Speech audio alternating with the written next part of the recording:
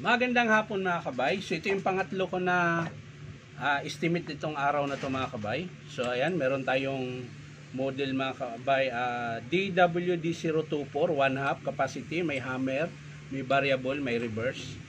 So ito mga kabay, job number niya 39389. So sasaksak natin. So ayan mga kabay, wala po siyang power. So wala siyang power mga kabay. So titingnan natin kung bakit.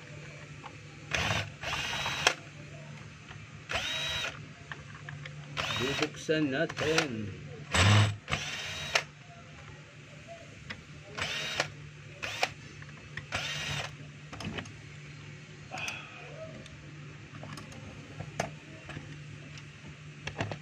So yan mga kabay, syempre titisterin natin una yung kanyang cord. Sa cord muna tayo mag-umpisa mga kabay. Testing muna natin yung tester kung buo. Ayan, gumagana. So, testerin natin sa cord. Sa brown, ayan, meron. Sa blue, meron din po. So sa brass holder mga kabay, tingnan natin. Ayan, meron din. So buo po yung cord, buo yung brass holder. So check natin yung switch mga kabay.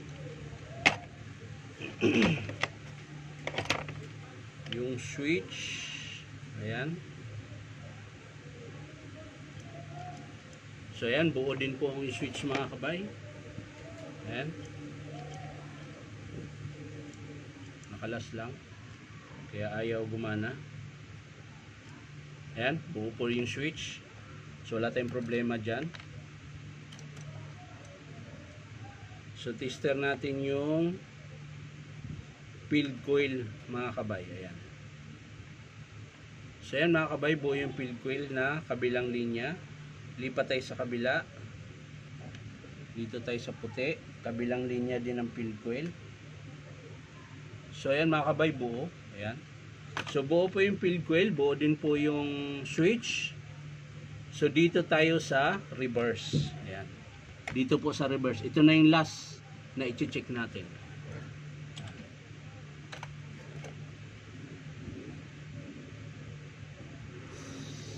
So yan mga kabay, wala. Kabila rin. So wala. Ayaw talaga niya gumana. So ang gagawin natin yan mga kabay, babaklasin natin yung reverse na yan. Yan.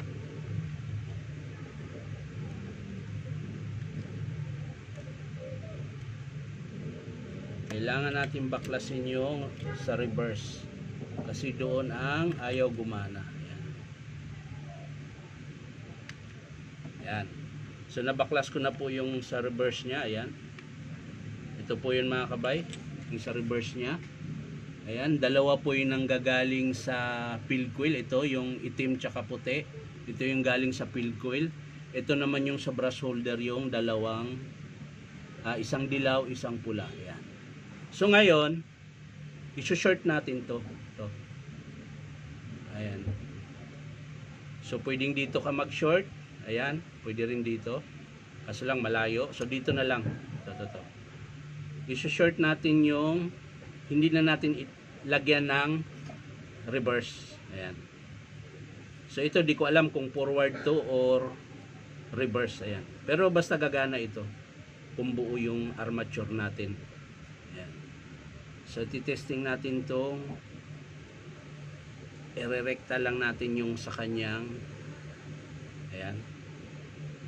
Ito yung sa reverse forward mga kabay.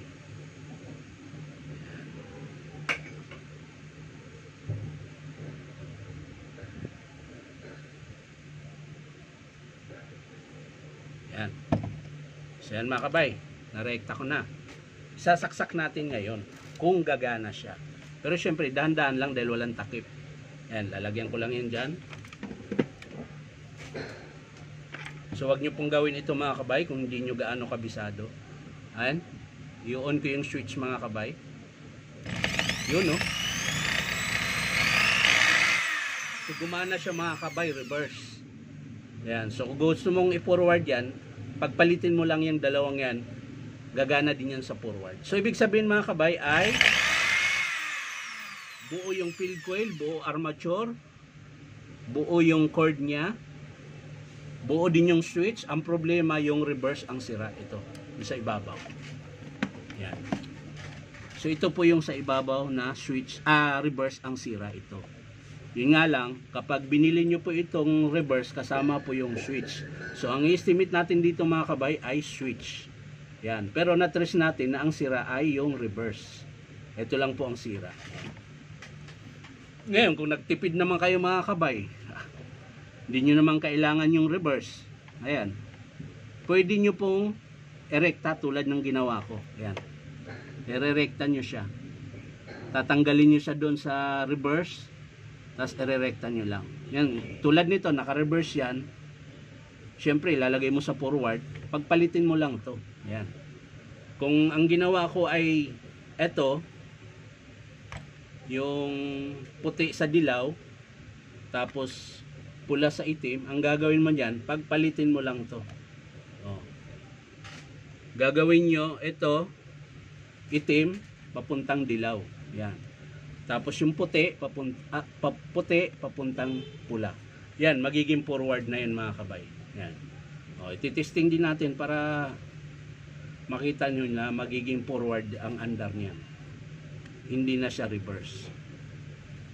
Ayan. Ayan. Para lang to sa mga hindi yung baguhan mga kabay, hindi pa nila alam. Pero doon sa mga nagre-repair, alam na po nila yan. Ayan. Para lang to sa mga hindi pa nakakaalam. Ayan. So ayan mga kabay. Kanina di ba? Itim tsaka pula, tapos puti tsaka dilaw. Ngayon naman, dilaw tsaka itim tsaka puti tsaka pula. Ayan. So, titesting natin ulit. So, kanina ang andar nito mga kabay ay forward papunta doon. Ito ngayon dapat papunta naman siya dito. So, ayan, titesting natin. Yun, no? O, diba? Kanina reverse siya. Ito forward na ito mga kabay. Ayan. Yung andar niya po ay pa ganun na. Kanina kasi pa-reverse. Ito forward na siya. So yun, magagamit nyo na yan mga kabay. Halimbawa, nasa malayo kayong lugar, wala kayong mabilhan ng switch, o di pwede nyo gawin yan. Re-recta nyo lang. Wala na nga lang siyang reverse. Pag naipit mga kabay, mahirapan kayo magbunot. So, kaya galaw-galawin nyo lang yung unit. So yan lang mga kabay, ang estimate natin dito ay switch. Yung nga lang mga kabay, meron akong isasama dito dahil meron akong napansin. Ayan. Ayan po, maiksi na po yung carbon. Ayan. So isasama ko na rin yung carbon. Kasi lagpas niya sa kalahati. So ang estimate natin mga kabay, switch, tsaka brush holder. So yan lang mga kabay. Maraming salamat sa panunood at palike and share na rin po. Hindi ko na po ipapakita kung paano buuin. Papakita ko na lang sa inyo mga kabay kapag in-approve ng customer. So ulitin ko mga kabay, ang papalitan natin sa DWD024 switch tsaka carbon brush. So yan lang mga kabay, maraming salamat sa panonood at palike and share na rin po. At syempre po mga kabay, baka na pwedeng subscribe niyo po sa aking YouTube account na Inom Tabay. So maraming salamat mga kabay. Bye bye.